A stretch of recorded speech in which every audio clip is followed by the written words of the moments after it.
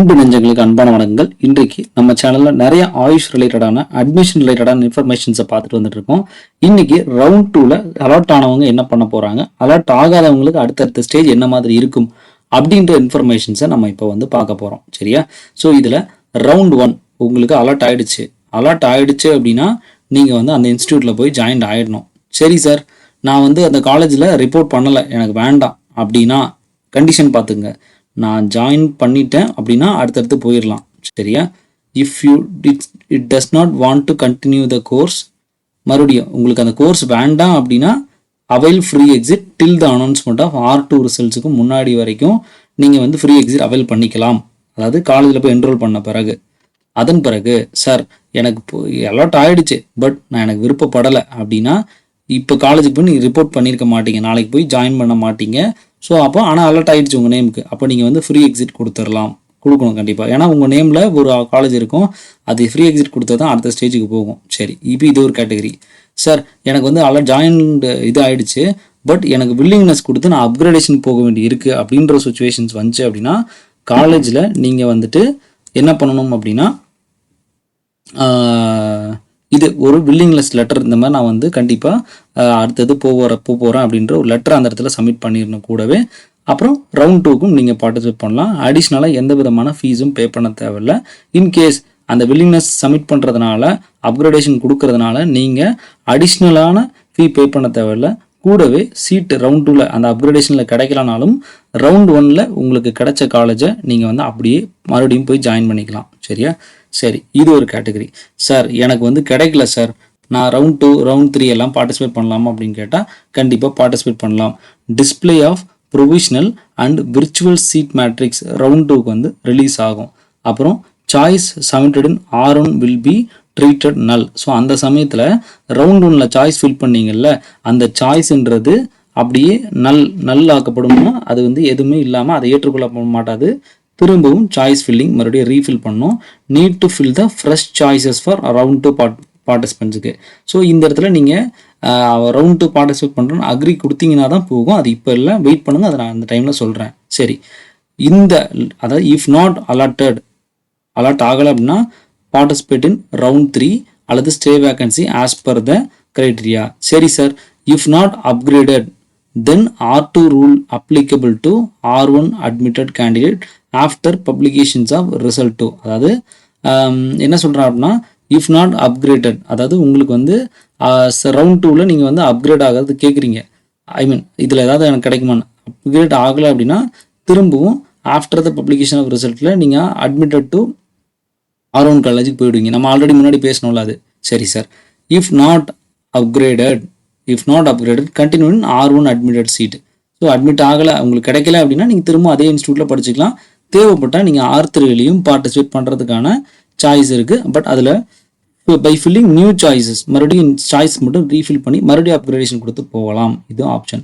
சரி sir, if not upgraded does not want to retain R1 seat in joint college. அதாவது upgrade பண்ணிட்டேன், but எனக்கு upgrade ஆகலை, but எனக்கு ஃபர்ஸ்ட் ரவுண்டில் கிடைச்ச சீட் எனக்கு வேண்டாம், எனக்கு அதுவே பிடிக்கல அப்படின்றப்போ இது செகண்டில் சொல்லிட்டு இருக்கேன். செகண்ட் ரவுண்டில் நீங்கள் அப்கிரேடேஷன் பண்ணியிருக்கீங்க, அப்கிரேடேஷன் பண்ணி உங்களுக்கு கிடைக்கல, ஆனால் ஃபஸ்ட்டு கிடைச்ச காலேஜ் ரவுண்ட் 1ல கிடைச்ச காலேஜ் உங்களுக்கு பிடிக்கல, அப்போது நீங்கள் எக்ஸிட் ஆகலாம், வாய்ப்பு இருக்குது.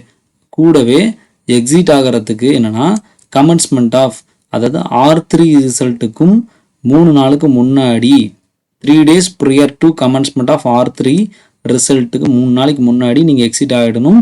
கண்டிப்பாக பணம் கிடைக்காது. இது எப்போ கண்டிஷன்ஸ் உங்களுக்கு புரிஞ்சதில்ல, இன்னொரு முறை ரீகேட்டுங்க. இஃப் நாட் அப்கிரேட் ஆகலை, பட் ஆனால் ஆல்ரெடி ரவுண்ட் 1ல எனக்கு ஒரு காலேஜ் அலர்ட் ஆகிடுச்சு, அந்த காலேஜில் ஜாயின் பண்ண விரும்பலை. அப்போது R3யோட ரிசல்ட் ரிலீஸ் ஆகிறதுக்கு 3 நாளைக்கு முன்னாடி நீ எக்ஸிட் ஆகிடணும்.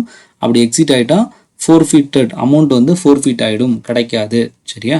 சரி, if willing are eligible to participate in R3. சரி, வெளியே வந்துட்டீங்க, பட் R3ல பண்ணணும் அப்படின்னா திரும்பவும் கம்ப்ளீட்டாக எல்லா ஃபீஸையும் பே பண்ணி மறுபடியும் ஆஸ் பர் எலிஜிபிலிட்டி கிரைட்டீரியா படி மறுபடியும் வரணும்னு சொல்லிட்டான்.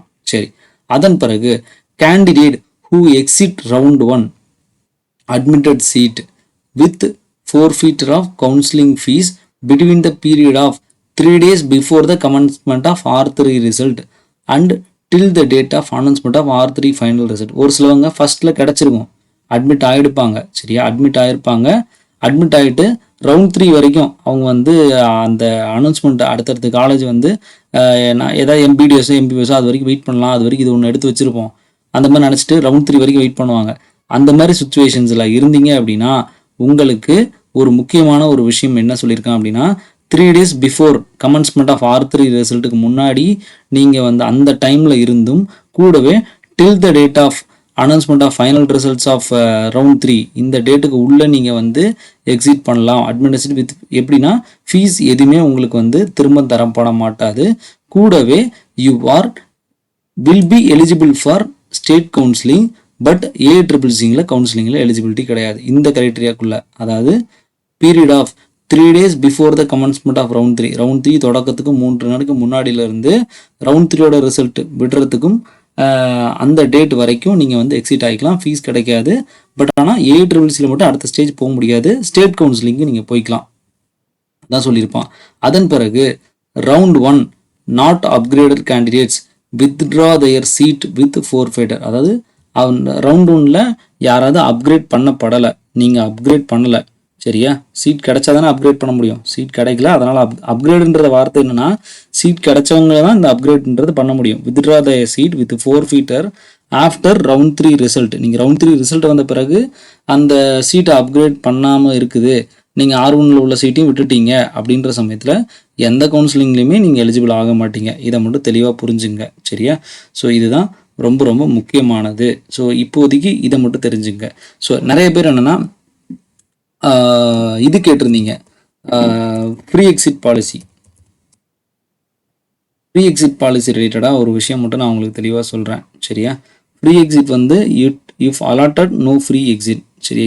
அதாவது இதுக்கு முன்னாடி அலாட் ஆகலைன்னா தான் ஃப்ரீ எக்ஸிட் ஆக முடியாது, சரியா. It does not want to continue the course avail free exit round 1ல், சரி அது வேண்டாம். ஒரு நிமிஷம் உங்களுக்கு டீட்டெயில்டாக Q&Aல வந்து டீட்டெயில்டாக இருக்கும், அதை வந்து தெளிவாக நம்ம பார்த்துப்போம். இதில் போட்டு நம்ம வந்து குழம்ப வேண்டாம், சரியா. சரி, இதில் என்ன சொல்லியிருக்கான் அப்படின்னா what is the time period for அதாவது இது பாருங்கள், இதுதான் முக்கியமானது. What is the time period for free exit of round 1 admitted candidates. So round 1 admitted candidates who wish to resign the R1 seat. உங்களுக்கு சீட் கிடச்சிருக்கு, அந்த கிடைச்ச சீட்டை நான் வந்து வெளியே போகணும் அப்படின்னா date of announcement of R2 final result இருக்கு இல்லையா, அந்த ரிசல்ட் வர்றதுக்கு முன்னாடி நீங்கள் வந்து ஃப்ரீ எக்ஸிட் ஆகிடணும். After the stipulated time R1 joint candidate treated as R2 joint candidates. So after the stipulated time, இந்த டைமுக்கு மேலே நீங்கள் தள்ளி போயிட்டீங்கன்னா R1 ஜாயின்ட் கேண்டிடேட்ஸை R2 ஜாயின்ட் கேண்டிடேட்ஸை கன்வெர்ட் பண்ணிடுவாங்க.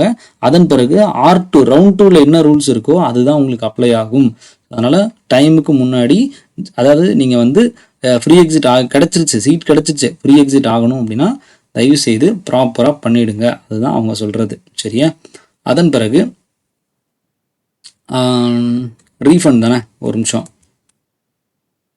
ரீஃபண்ட் ரிலேட்டடாக நிறையா கேட்குறீங்க, சரியா. ரீஃபண்ட் ரிலேட்டடாக பார்த்துருவோம். ரீஃபண்ட் தான் என்னென்னா what will happen if I withdraw the joint seat in, அது வேண்டாம். ஏன்னா உங்களுக்கு ரீஃபண்ட் வந்து இப்போதைக்கு இந்த கொஸ்டின் தேவையில்லை.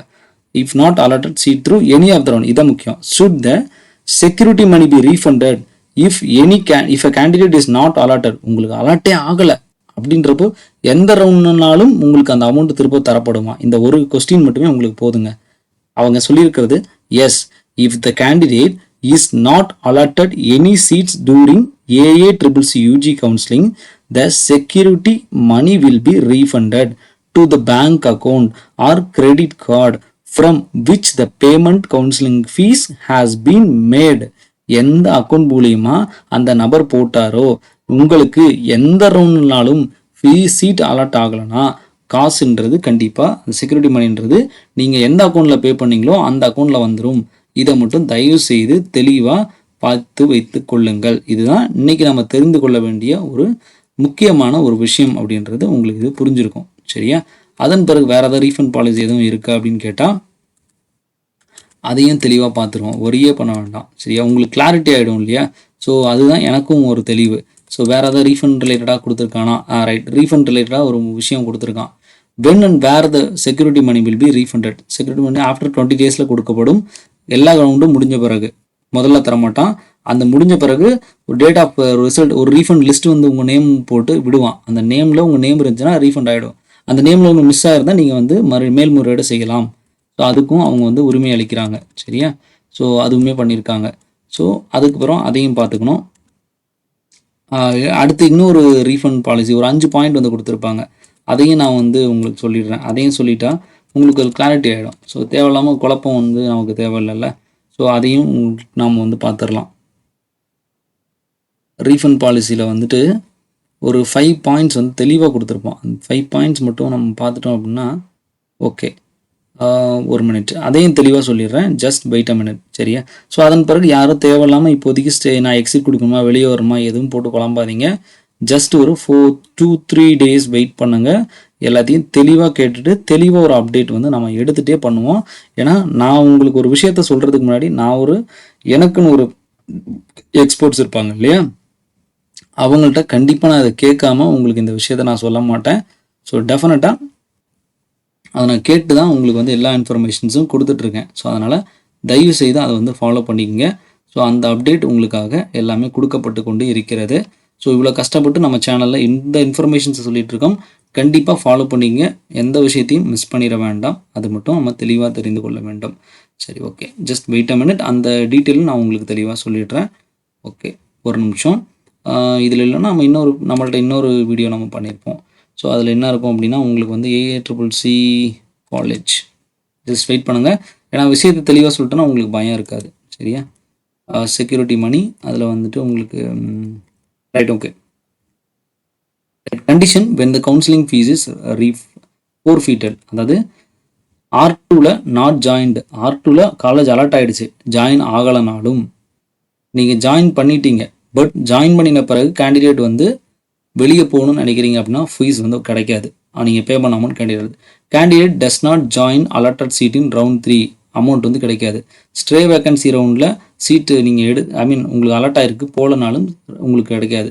Candidate does not join the upgraded seat. Upgraded seat அப்படின்னா ரவுண்ட் 1ல் உங்களுக்கு ஒரு சீட் கிடச்சிருச்சு.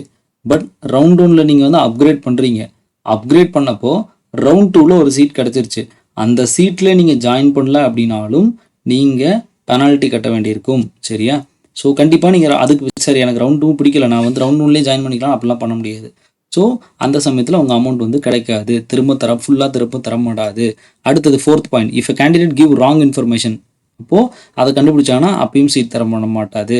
Not upgraded candidate of round 1 resign from his joint seat. நீங்கள் அப்கிரேட் பண்ணலை, பட் இருந்தாலும் ஜாயின்ட் பண்ண சீட்லேருந்து ரிசைன் பண்ணுறீங்க. அப்போயுமே ஆஃப்டர் த சீட் எப்போன்னா அனௌன்ஸ்மெண்ட் ஆஃப் R2 ரிசல்ட் வந்த பிறகு நீங்கள் வந்து ரிசைன் பண்ணுறீங்க. அந்த டைமில் உங்களுக்கு ஒரு BDSO ஏதோ கிடைக்குது, ப்ரைவேட் காலேஜில் MBBS கிடைக்குது. ரவுண்ட் 2 ரிசல்ட் வந்த பிறகு நீங்கள் வந்து வெளியாகிறீங்க அப்படின்னாலும் உங்களுக்கு அந்த அமௌண்ட் கிடைக்காது. Candidate resign his or her seat through offline mode. நீங்கள் ஆன்லைனில் பண்ணாதானப்பா தெரியும், நான் போய் டேரெக்டாக அங்கேயே பண்ணிக்கிறேன் அப்படின்னா அதுவுமே இவங்களுக்கு தெரிஞ்சிடும். ஸோ நான் compliance of AACCC rules and ரெகுலேஷன்ஸை ஃபாலோ பண்ணலாலும் இது வந்து பிரச்சனை. So candidate withdraw their admitted seats allotted through stay vacancy ரவுண்டில் நீங்கள் வந்து அட்மிட் ஆன சீட்டை நீங்கள் வந்து வித்ட்ரா பண்ணினாலும் உங்களுக்கு வந்து கிடைக்காது. ஸோ தெளிவாக புரிஞ்சுக்குங்க. எந்த விதத்துலேயும் ஃபஸ்ட் ரவுண்டில் சீட் அலாட் ஆகலை அப்படின்னா உங்களுக்கு கண்டிப்பாக அமௌண்ட் வந்து சேரும். அதே மாதிரி ரவுண்ட் 2ல் உங்களுக்கு சீட் அலாட் ஆகலை அப்படின்னாலும் கண்டிப்பாக அமௌண்ட் வந்து சேரும். ரவுண்ட் 3ல் உங்களுக்கு சீட் அலாட்டே ஆகலை அப்படின்னாலும் கண்டிப்பாக அமௌண்ட் வந்து சேரும். அமௌண்ட் வந்து சேர்றது அலாட் ஆகலைன்னா கன்ஃபார்ம் அமௌண்ட்